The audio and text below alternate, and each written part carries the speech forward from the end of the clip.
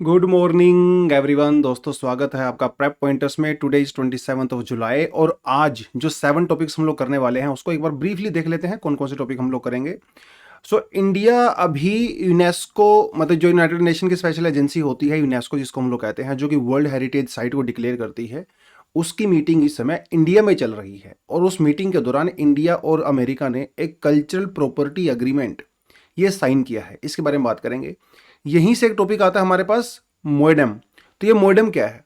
आसाम के अंदर कुछ ऐसे स्ट्रक्चर्स पाए जाते हैं जिनको अभी वर्ल्ड हेरिटेज साइट के तौर पे डिक्लेयर किया गया है, तो इसके बारे में बात करेंगे। इसी से एक और टॉपिक हमारे पास आता है जो कि वैसे तो आईआर से है, लेकिन सेंट हिलेरियन मोनेस्ट्री, ये पैलेस्टाइन में पाई जाती है, गाजा में पाई जाती है, जिसको भी अभी वर्ल्ड हेरिटेज साइट डिक्लेयर किया गया है। तो ये हम लोग वहां से पढ़ने वाले हैं। इकोनॉमी, ज्योग्राफी और इंडस्ट्री, यहाँ से हम लोग एक टॉपिक पढ़ेंगे कोकिंग कोल के बारे में। तो ये यहाँ से यूपीएससी में ऑलरेडी प्रीवियस ईयर में सवाल आ चुका है। 2014 में यहाँ से क्वेश्चन आया था प्रीलिम्स में, 2016 में क्वेश्चन आया था। तो काफ़ी इंपॉर्टेंट टॉपिक है, उसको हम लोग देखेंगे। उसके अलावा एनवायरमेंट इकोलॉजी वाले सेक्शन से आज हम लोग 2 टॉपिक करने वाले हैं, मेलेनिस्टिक लेपर्ड्स और मैग्नेटार्क्टिक बैक्टीरिया। इंटरेस्टिंग टॉपिक है, देखेंगे क्या है ये पूरा मामला। अमित शाह कमेटी के बारे में बात करेंगे जो कि डिजास्टर के बारे में बनाई गई है, क्योंकि बजट अभी आया है तो कुछ नई कमेटीज वगैरह डेफिनेटली बनती हैं जब भी बजट आता है। तो डिजास्टर के रिगार्डिंग यहाँ पे इसके बारे में बात करेंगे, थोड़ा सा, ज़्यादा बात नहीं करेंगे, थोड़ा सा बात करेंगे।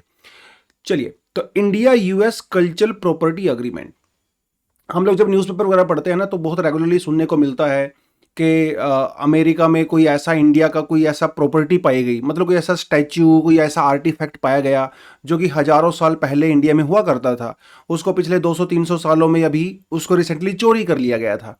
चोरी करने के बाद वो ब्लैक मार्केट में जाता है, और अमेरिका के अंदर बहुत बड़ी ब्लैक मार्केट है इन आर्टिफैक्ट्स की, जहाँ पे बेचे जाते हैं, खरीदे जाते हैं। तो कई बार ऐसा होता है कि इंडिया से किसी टेम्पल से या कहीं से कोई चीज़ चुराई गई होती है, कोई स्टैच्यू, कोई डेटी का स्ट्रक्चर, कोई आर्टिफैक्ट, वो इंटरनेशनल ब्लैक मार्केट में बिक जाता है अनफॉर्चुनेटली। तो ऐसे बहुत बार केसेस हमें देखने को मिलते हैं, और बहुत सालों से इंडियन गवर्नमेंट इसके लिए ट्राई कर रही थी कि अमेरिका में, ब्रिटेन में, फ्रांस में जो आर्टिफैक्ट्स हमारे चोरी के करके गए हैं, ये सब ट्रैफिकिंग होता है, स्मगलिंग होता है जो वहाँ पे जाते हैं, तो कभी कभी वापस आते रहते हैं। जैसे 1976 से लेके अभी तक 358 जो आर्टिफैक्ट्स हैं, जो एंटिक्विटीज हैं, स्ट्रक्चर्स हैं, वो इंडिया में वापस लाए गए, सिर्फ 358। मजे की बात यह है कि 2014 में, मतलब पिछले 10 सालों में 345, मतलब आप ये सोच के देखिए 1976 से लेके 2014 के बीच में इंडिया में सिर्फ और सिर्फ 13 आर्टिफैक्ट्स वापस आए हैं। पिछले 10 सालों में 345 आए हैं। अब ये डिपेंड करता है कि जो गवर्नमेंट्स है वो इस मैटर को कितना सीरियसली लेती है, और थैंकफुली ये गवर्नमेंट काफ़ी सीरियसली लेती है। तो अमेरिका से, ब्रिटेन से, फ्रांस से हमें सुनने को मिलता है कि आर्टिफैक्ट इंडिया में आ रहे हैं। उस कॉन्टेक्स्ट में अमेरिका और इंडिया ने अभी एक अग्रीमेंट किया है जिसे हम लोग कह रहे हैं कल्चरल प्रॉपर्टी अग्रीमेंट, क्योंकि इंडिया में चल रही है वर्ल्ड हेरिटेज कमेटी की मीटिंग, 46 मीटिंग चल रही है इंडिया में, न्यू दिल्ली में। तो हम लोगों ने एक अग्रीमेंट किया है। तो अग्रीमेंट बेसिकली वही है कि जो इलिसिट ट्रैफिक होती है एंटिक्विटीज की, स्ट्रक्चर्स की, आर्टिफैक्ट्स की, जो स्मगलिंग होती है वो नहीं हो। ठीक है। 1970 के अंदर यूनेस्को का एक ऐसा कन्वेंशन भी था जिसके अंदर इसके ऊपर रोक लगा दी गई थी, लेकिन अभी तक हमारे बीच में ऐसा कुछ अग्रीमेंट था नहीं खास, लेकिन अब हम लोगों ने इसको कर लिया है। किस टाइम पीरियड को कवर करना है बेसिकली, ये भी इंटरेस्टिंग है।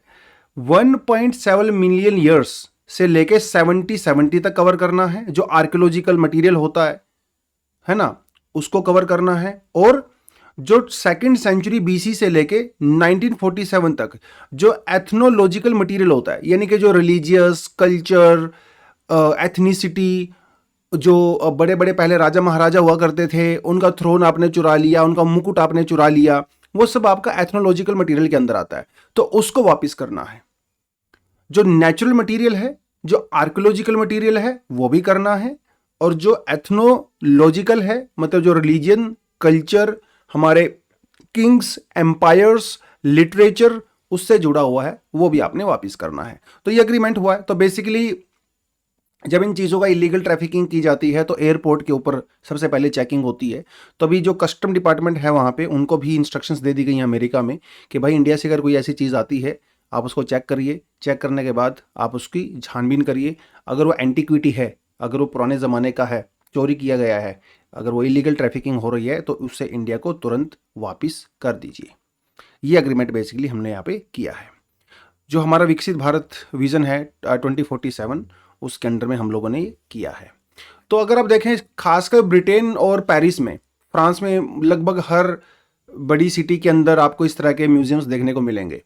ब्रिटेन में जो लंदन म्यूजिक दुनिया का सबसे बड़ा म्यूजियम माना जाता है, वहाँ पे अगर आप देखोगे तो अफ्रीका से, साउथ एशिया से, इंडिया से, दुनिया भर से चोरी किया हुआ सामान आपको मिलेगा। कई बार लोग उसको चोर बाजार भी कहते हैं।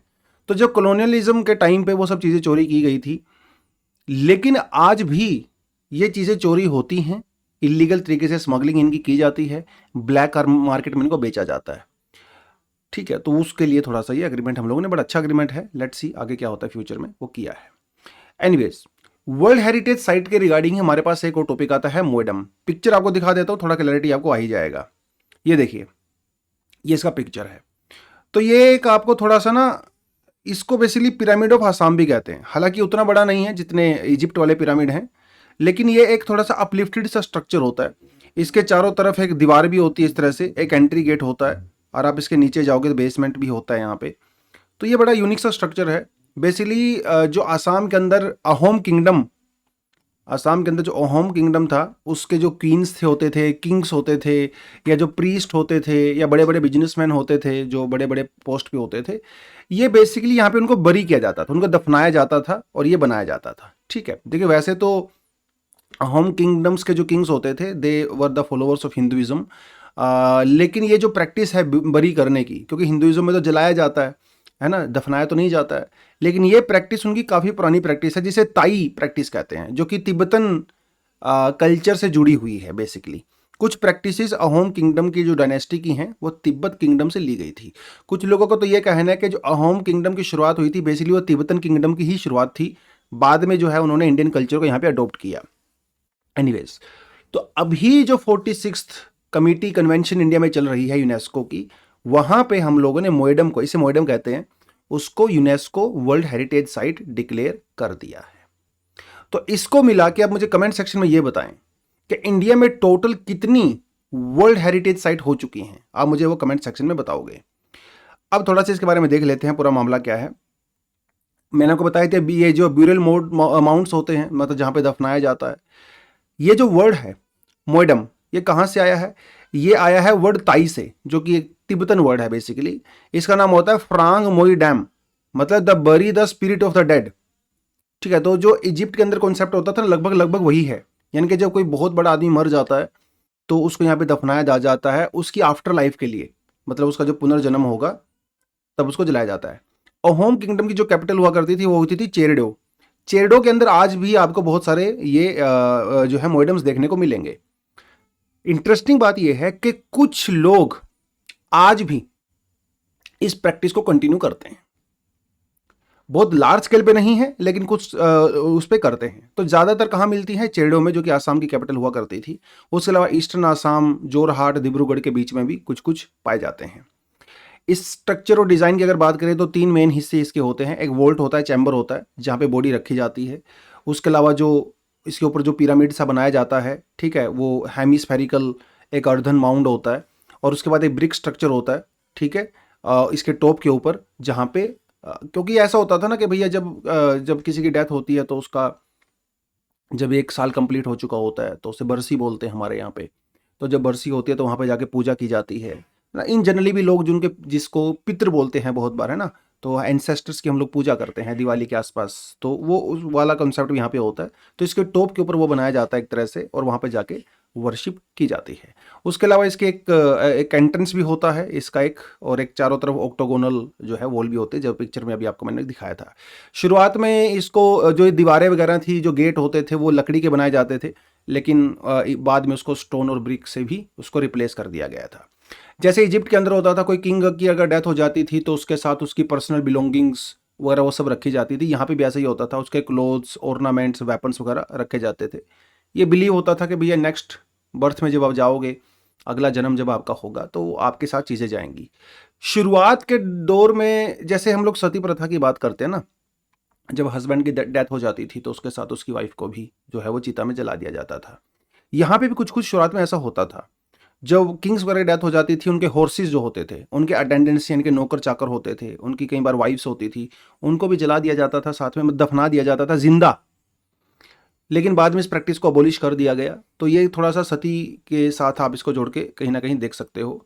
करंटली 150 के आसपास मॉडर्म्स आपको देखने को मिलते हैं, जिनमें से 30 जो कि काफ़ी बड़े वाले हैं, इंपॉर्टेंट है, वो आर्कियोलॉजिकल सर्वे ऑफ इंडिया उसको आज भी मैनेज करता है। बाकी वाले तो ऐसे ही छोड़ दिया गया है।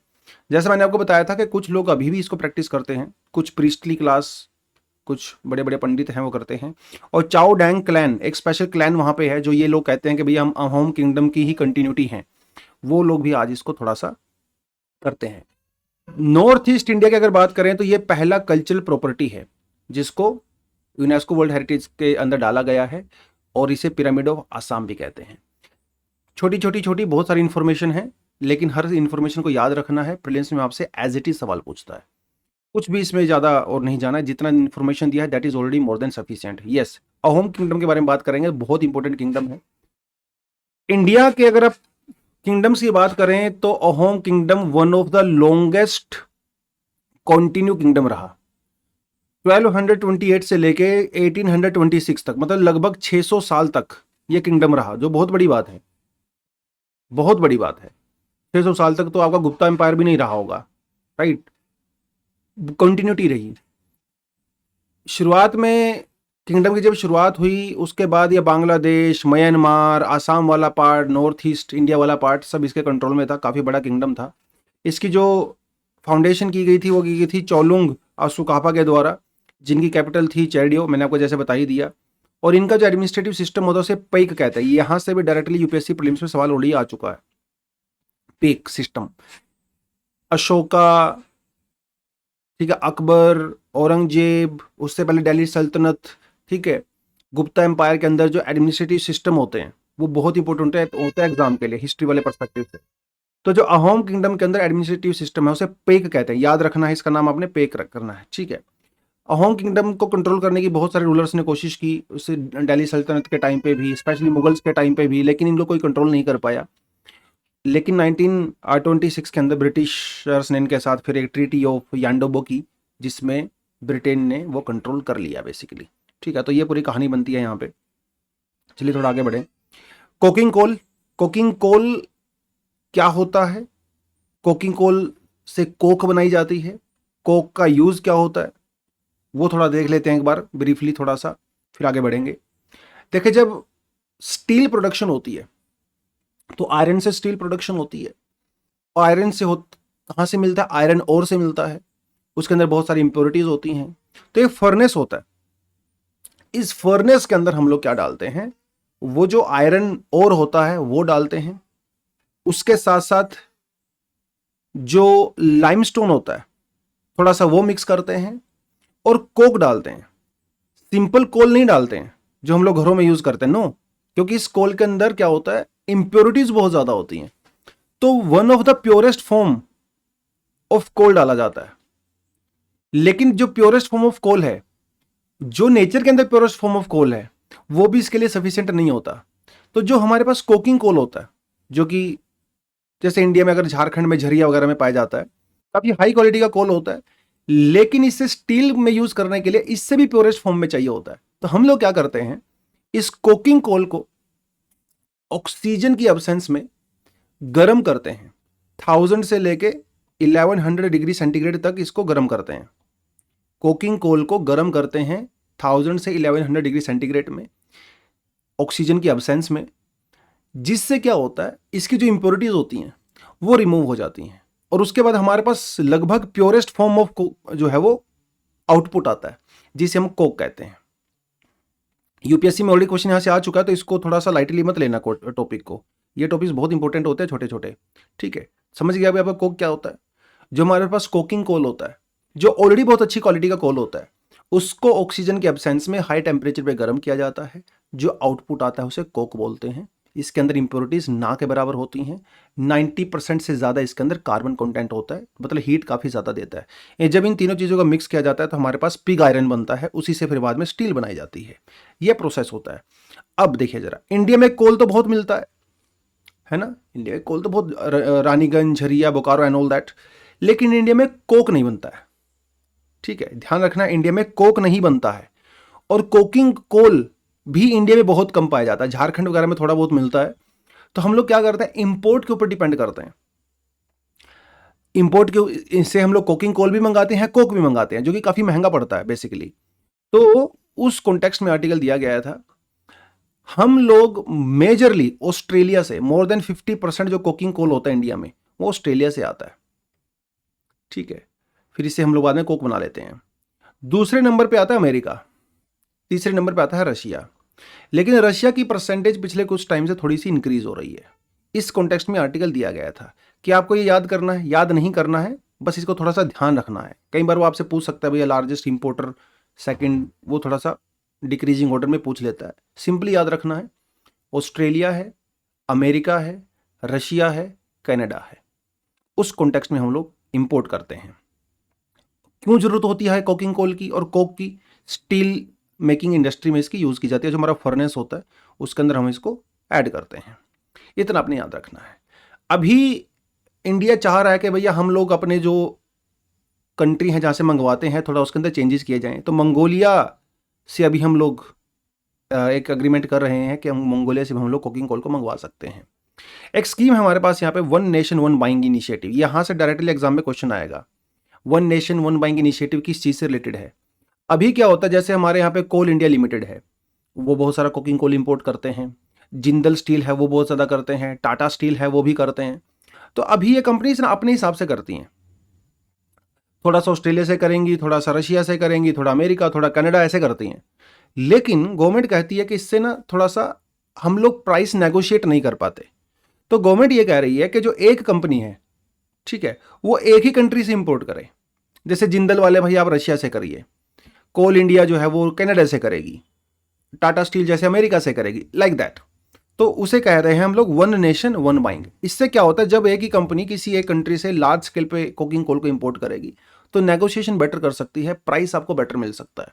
वो इसके अंदर इनिशिएटिव बेसिकली वो लिया गया है। हालांकि कुकिंग कोल के बारे में आपको मोजरली चीजें मैं बता ही चुका हूं। ये कि इसको मेटलर्जिकल कोल भी बोलते हैं, ठीक है, कोक की प्रोडक्शन में यूज होता है। कोकिंग कोल याद रखना है से प्रोड्यूस होता है कोक। कोक को प्रोड्यूस किया जाता है किस चीज में? स्टील मेकिंग में। तो स्टील मैन्युफैक्चरिंग के अंदर बहुत ज़्यादा इंपॉर्टेंट है। तो ये हाई ग्रेड कोल होता है, ठीक है। बाद में इसके अंदर 90% कार्बन होता है। जब एंड प्रोडक्ट इसका सामने आता है तो इंप्योरिटीज़ बहुत कम होती है। लेकिन ऐसा नहीं है कि इंप्योरिटीज़ में 0% होती है, थोड़ी बहुत तो रहेगी ही। जैसे सल्फर, फॉस्फोरस इसके अंदर फिर भी पाया जाता है। इंडिया के अंदर जो नेचुरली कोल पाया जाता है उसके अंदर काफ़ी ज़्यादा सल्फर कंटेंट होता है, फॉस्फोरस कंटेंट भी होता है। तो वो पोल्यूशन काफ़ी ज़्यादा करता है बेसिकली। और इसी से फिर बाद में सल्फर वगैरह अगर आप देखें तो फिर बाद में एसिड रेन वगैरह भी होती है बहुत सारी। तो एनवायरमेंटल फ्रेंडली नहीं है हमारे यहाँ पे जो कोल पाया जाता है। तो इसीलिए हम लोग बाहर से प्योर फॉर्म वाला करते हैं। हालांकि झारखंड वगैरह में थोड़ा बहुत पाया जाता है, लेकिन इंडिया में स्टील प्रोडक्शन जिस तरह से बढ़ रहा है over a period of time, वो हमारे लिए काफ़ी नहीं है। तो हमें इंपोर्ट करना पड़ रहा है। और इस बार अब थोड़ा सा रशिया हमें डिस्काउंट भी दे रहा है, तो उस कॉन्टेक्स्ट में हम लोग थोड़ा रशिया की तरफ शिफ्ट हो रहे हैं। वो थोड़ा सा इसको देख सकते हैं। चलिए, सेंट हिलेरियन मोनेस्ट्री, तो थोड़ा सा पिक्चर देख लीजिए, यहीं से आपको चीज़ें क्लियर हो जाएंगी। यह है गजा, ठीक है। गजा के अंदर यहाँ पे पड़ती है एक सेंट हिलेरियन मोनेस्ट्री, ठीक है। बहुत पुराने ज़माने की है। जब ग्रीक एम्पायर हुआ करता था, जब रोमन एम्पायर हुआ करता था, और जब शुरुआत में क्रिश्चियनिटी आई थी। देखिए, क्रिश्चियनिटी यूरोप में नहीं आई थी, यूरोप में तो बहुत बाद में गई है, अमेरिका में तो बहुत ज़्यादा बाद में गई है। जीसस कहाँ पैदा हुए थे? जीसस यहीं पैदा हुए थे ना, इजराइल में ही पैदा हुए थे। इस पैलेस्टाइन जो लैंड है यहीं पे पैदा हुए थे जीसस। और वो एक ज्यूज भी थे, है ना। तो उसके बाद में उन्होंने जो अपने जो नया सिस्टम जो चलाया, बाद में उसके फॉलोवर्स हैं, उसको ही क्रिश्चियनिटी कहा जाता है। तो सबसे तो यहाँ पे है सेंट हिलेरियन मोनेस्ट्री, ठीक। सेंट मतलब आप हिंदी में इसको संत कह सकते हो, जो कि तो उनके ये वो संत थे बेसिकली, क्रिश्चियनिटी को प्रमोट करते थे एंड ऑल दैट। तो उनकी एक मोनेस्ट्री थी यहाँ पे बहुत पुराने ज़माने में। अभी तो वो टूट गई है, बिल्कुल बर्बाद हो गई है, लेकिन कुछ एविडेंस अभी भी वहाँ पे पाए जाते हैं। तो कल्चरल बहुत ज़्यादा रेलेवेंस है उसका, इसीलिए इसको भी वर्ल्ड हेरिटेज साइट के अंदर डाल दिया गया है। तो सेंट हिलेरियन मोनेस्ट्री को डाला गया है वर्ल्ड हेरिटेज लिस्ट के अंदर। वर्ल्ड हेरिटेज की यूनेस्को की जो लिस्ट होती है ना, उसमें एक और लिस्ट होती है। वो लिस्ट उन साइट्स की होती है जिनको डेंजर होता है। तो वर्ल्ड हेरिटेज इन डेंजर इस लिस्ट में भी डाला गया है, और वर्ल्ड हेरिटेज लिस्ट के अंदर भी डाला गया है। जैसे ऑस्ट्रेलिया के अंदर पाए जाते हैं ग्रेट बैरियर रीफ, जो कि नेचुरल वर्ल्ड हेरिटेज के अंदर डाला गया है। लेकिन वो काफ़ी ज़्यादा डैमेज हो रहे हैं। तो यूनेस्को पिछले 3-4 साल से बोल रहा है भैया हम उसको भी डेंजर लिस्ट में डालेंगे, हालांकि अभी तक डाला नहीं है, बट ऐसा हो सकता है उस कॉन्टेक्स्ट में। आप मुझे कमेंट सेक्शन में ये बताइए, क्या इंडिया में भी कोई ऐसी साइट है जिसको डेंजर लिस्ट में डाला गया हो? तो नीचे कमेंट सेक्शन में बताएं येस और नो। अगर येस है तो उसका नाम बताएं, ठीक है, वो तो थोड़ा सा देखते हैं फिर क्या रहता है। तो अभी दिल्ली में मीटिंग हो रही है, तो आपको मैंने बता ही दिया था। सो ये क्या है मोनेस्ट्री बारे में हल्का सा इन्फॉर्मेशन, ज्योग्राफी का लोकेशन देख लेते हैं। गजा में ये पड़ता है, ठीक है, वादी गजा उस जगह का नाम है। वहाँ पे गांव है, अल नसूरियत विलेज है, वहाँ पे पाया जाता है। तो रोमन एम्पायर के टाइम पे मैंने आपको बता ही दिया था। फिर बाद में वहाँ पे बिजेंटाइन एम्पायर आया, उस टाइम पे इस मोनेस्ट्री को बनाया गया था। यहाँ पे 2 चर्च हैं, एक ब्यूरियल साइट है, एक आम लोगों के लिए, वहाँ पे एक सिमेट्री भी है, बैप्टिज्म हॉल है वहाँ पे। जब मतलब जैसे जो ज्यूज़ होते थे वो, क्योंकि उस समय इस्लाम तो आया नहीं था, तो जो ज्यूज़ थे तो they used to convert into Christianity, तो उसके लिए बैप्टिज्म एक हॉल भी वहाँ पे बनाया गया था, एक ऑडियंस हॉल होता है, वो सब चीज़ें बेसिकली वहाँ पे बनाई गई थी। और वहाँ पे एक जगह है जिसका नाम है अमेर, कहा जाता है कि वो जो संत थे हिलेरियन, उनका जन्म स्थान है, बेसिकली बर्थ प्लेस है। तो इतनी चीज़ें याद रखने की जरूरत नहीं है, सिंपली साइट का नाम याद रखो, कहाँ पे है, क्यों है और किस लिए न्यूज़ में है। 3-4 चीज़ें याद रखोगे आपके लिए काफ़ी है। क्या क्या वहाँ पे पाया जा रहा है, ड्रेनेज सिस्टम, अवन क्लेज ड्रेनेज वगैरह, वो सब थोड़ा वहाँ पे पाया जाता है। और इस एरिया में जब शुरुआत में क्रिश्चियनिटी स्प्रेड हो रही थी, तो उसका एक बहुत विजिबल एविडेंस ये पाया जाता है। अर्ली क्रिश्चियन जो मोनेस्टिक लाइफ होती थी, ठीक है, जैसे बुद्धिज़्म, अर्ली बुद्धिज़्म के अंदर जो मोनेस्ट्रीज होती थी, ठीक है, वो कल्चर उस तरह से क्रिश्चियनिटी के अंदर भी शुरुआत में चलता था। तो इनिशियल जो फॉलोवर्स थे जीसस के, तो they used to spread Christianity all over the world, है ना, इधर उधर ट्रैवल किया करते थे। तो वो मोनेस्ट्रीज में रहते थे, तो लोग उनसे आके मिलते थे, उनको फॉलो करते थे, उनकी बातें सुनते थे। तो एक पूरा प्रोसीजर होता था, जैसे बुद्धिज्म में होता था मोनेस्ट्री वाला सिस्टम, उस थोड़ा थोड़ा उस तरह से है। उस कॉन्टेक्स्ट में इसको देख सकते हो। तो यूनेस्को के बारे में थोड़ा सा इन्फॉर्मेशन, 1945 के अंदर इसको एस्टेब्लिश किया गया था। यूनाइटेड नेशन की स्पेशलाइज्ड एजेंसी होती है ये। पेरिस के अंदर इसका हेडक्वार्टर होता है। 194 मेंबर्स अभी इसके अंदर हैं कंट्रीज, और 12 दूसरी एसोसिएशंस वगैरह भी इसके अंदर पार्टिसिपेट करती हैं। उस कॉन्टेक्स्ट में आपको इसको याद रखना है, ठीक है। चलिए, मेलेनिस्टिक लेपर्ड्स, पिक्चर दिखा देता हूं, ये देखिए जरा। ब्लैक लेपर्ड, कुछ लोग इसको ब्लैक पैंथर भी बोलते हैं। ब्लैक पैंथर एक अलग स्पीसी नहीं है, ध्यान देना है। ब्लैक पैंथर बस एक लेपर्ड होता है जो कि ब्लैक कलर का होता है। और ब्लैक कलर का क्यों होता है? क्योंकि इसके अंदर कुछ जेनेटिक चेंज होते हैं। जो मेलेनिन होता है, ठीक है, जो इवन इंसानों में भी हमारी जो स्किन का कलर होता है वो मेलेनिन के ऊपर डिपेंड करता है। और जानवरों में भी इनकी जो स्किन का कलर होता है, हेयर कलर होता है, वो एक पिगमेंट के ऊपर डिपेंड करता है जिसका नाम होता है मेलानिन।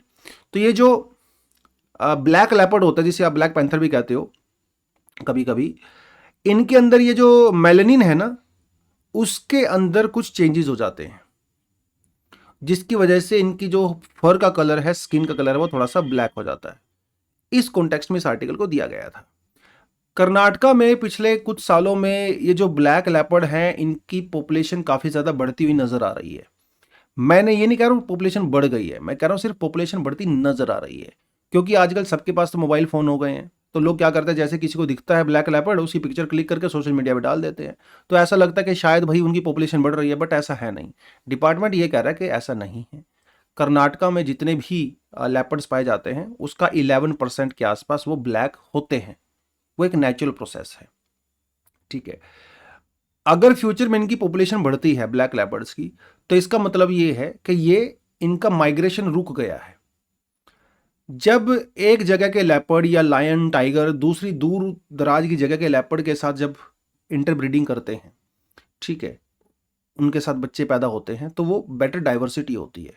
अगर एक ही तरह का लेपर्ड कहीं पे पाया जा रहा है, तो इसका मतलब वहाँ पे डाइवर्सिटी कम है। तो उस तरह से डेंजर भी है।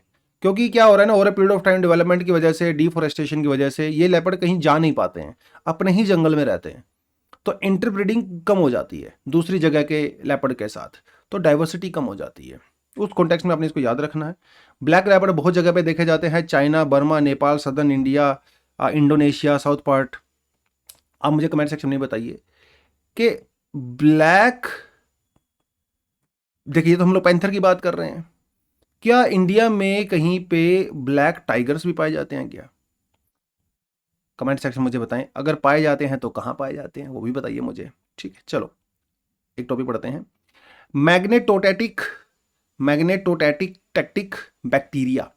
देखिए बड़ा इंटरेस्टिंग सा बैक्टीरिया है ये। देखिए जैसे हमारे पास मैंगनीज होता है, आयरन होता है, इनके अंदर कुछ मैग्नेटिक प्रॉपर्टीज होती हैं। राइट। अब हमारी बॉडी के अंदर भी आयरन होता है, अब वो मैग्नेट के साथ तो अट्रैक्ट करेगा ही, तो वो अपनी अलाइनमेंट मैग्नेट के साथ करेगा, लेकिन हम लोग हमारी बॉडी की बात नहीं कर रहे हैं। एक बैक्टीरिया होता है बड़ा स्पेशल, इस बैक्टीरिया के अंदर मैंगनीज और कार्बोक्सिल एसिड पाया जाता है, और जो अर्थ का मैग्नेटिक फील्ड होता है या उसके साथ अपने आप को अलाइन कर लेता है। बड़ी इंटरेस्टिंग बात है, इस बैक्टीरिया की बॉडी में कुछ मैग्नेटिक जो है कुछ मिनरल्स पाए जाते हैं जो कि अर्थ के मैग्नेटिक फील्ड के साथ अपने आप को अलाइन कर लेते हैं। ठीक है, मतलब इसका ये हुआ, अगर कहीं भी आपको ये पाए गए तो आप उसके अंदर के मैग्नेटिक ओरिएंटेशन को स्टडी करके ये बता सकते हो कि अर्थ का मैग्नेटिक फील्ड का ओरिएंटेशन क्या है, और उन रॉक्स की प्रॉपर्टी भी बता सकते हो, उनकी एज बता सकते हो।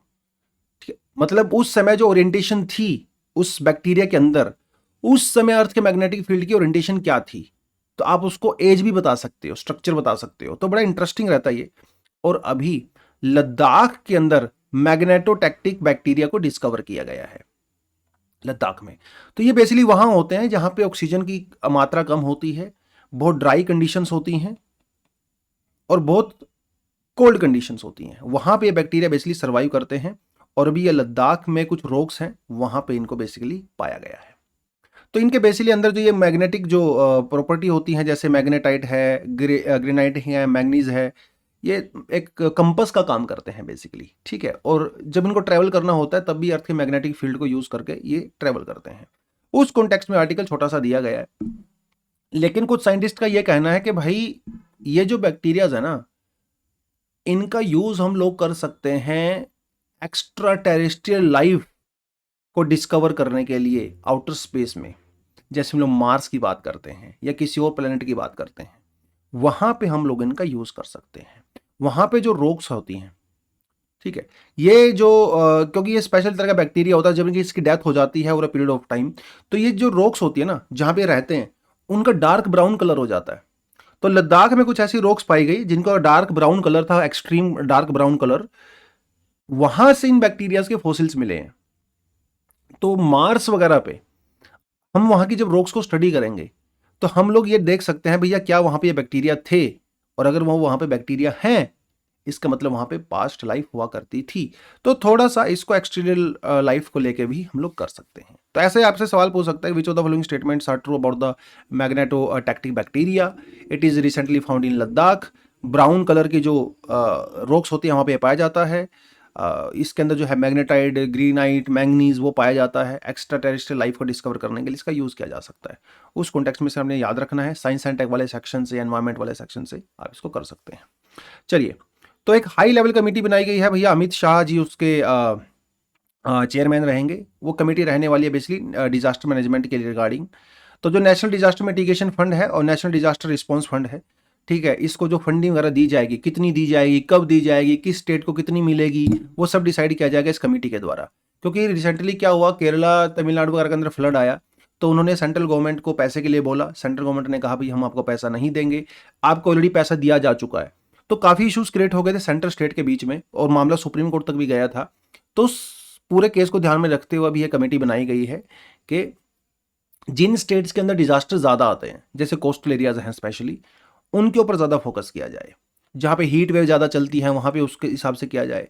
जो हिली एरियाज़ हैं वहाँ पे लैंडस्लाइड ज़्यादा आते हैं, जो ग्लेशियर लेक्स हैं वहाँ पे फ्लड ज़्यादा आता है। उस कॉन्टेक्स्ट में ये अभी कमेटी क्या करेगी, बहुत स्पेसिफिक तरीके से इस पूरे मामले को स्टडी करेगी और फिर डिसाइड करेगी किसको कितना फंडिंग हम लोग देंगे। उसके लिए बेसिकली कमेटी बनाई गई है। अब जैसे अर्बन फ्लडिंग के लिए कुछ पैसा अलॉट किया गया, फायर सर्विसेज के लिए भी कुछ स्टेट्स को स्पेशल अटेंशन दिया गया है। जो हिली एरियाज़ हैं, हिमाचल, उत्तराखंड, सिक्किम और अरुणाचल प्रदेश वगैरह, यहाँ पे जो ग्लेशियर लेक्स के अंदर फ्लड आता है उसको लेके ध्यान यहाँ पे रहेगा। बेसिकली बहुत सारी हिमालय में क्या होता है ना, बहुत सारे ग्लेशियर्स हैं, तो उसकी वजह से जो लेक्स बन जाती हैं ये टेम्परेरी लेक्स होते हैं। कभी कभी इन लेक्स के अंदर जो है वो जो डैम होता है वो टूट जाता है और फ्लड आ जाता है। उसके लेके भी जो है कुछ पैसा वैसा दिया गया है। फिर एक हम लोगों ने दिया युवा आपदा मित्र स्कीम। तो हमारे जो प्राइम मिनिस्टर हैं उन्होंने एक बात बोली थी कुछ टाइम पहले, कम्युनिटी प्रिपरेशन। मतलब जैसे कहीं पे मान लो कि डिजास्टर आ गया, कोई फ्लड आ गया, लैंडस्लाइड हो गया, तो हम लोग यूजुअली गवर्नमेंट फोर्सेज के ऊपर डिपेंड करते हैं कि वो आएंगे, रेस्क्यू करेंगे एंड ऑल दैट। लेकिन इसके अंदर हम लोगों ने क्या करना है, कुछ लोगों को कम्युनिटी के अंदर ट्रेन करना है। तो जब लोग कम्युनिटी के अंदर ही ट्रेन हो जाएंगे तो सरकार से रिस्पॉन्स तो बाद में आएगा, ये लोग फर्स्ट रिस्पॉन्डर्स होंगे। मतलब आपके गांव में अगर 20-30 लोगों को ट्रेनिंग दिया गया है डिजास्टर में कैसे हैंडल करनी है चीजें, तो वो सबसे पहले रिस्पॉन्ड कर सकते हैं, अर्ली रिस्पॉन्डर्स, उससे बेनिफिट होगा। इन्हें कहा गया था आपदा मित्र वॉलंटियर्स, तो ट्रेनिंग वगैरह इनको दिया गया था। अभी ये हम लोग बढ़ाएंगे। इंडिया में अब हर जगह आपको आपदा मित्र ज्यादा देखने को मिलेंगे। आपदा मित्र और आपदा सखी, जो फीमेल होंगी उन्हें आपदा सखी कहा गया, जो मेल है उसको आपदा मित्र कहा गया। ये सब हम लोग करने वाले हैं।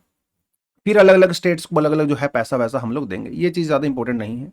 बस थोड़ा सा आपने याद रखना है, national disaster mitigation fund, national disaster response fund, national disaster mitigation fund, state disaster mitigation fund. देखिए मिटिगेशन एक अलग चीज़ होती है, ठीक है। मिटिगेशन का मतलब होता है कि जो नेगेटिव इंपैक्ट है उसको मिनिमाइज करना है। जीरो नहीं हो सकता, जीरो पॉसिबल नहीं है। कहीं पे अगर लैंडस्लाइड होगा, कहीं पे फ्लड आएगा, सुनामी आएगा, तो रिस्क जीरो तो नहीं कर सकते हम लोग, कम तो कर सकते हैं। That is the meaning of mitigation. तो मिटिगेशन में we need to reduce the impact of the disaster. Mitigation usually long term strategy होती है।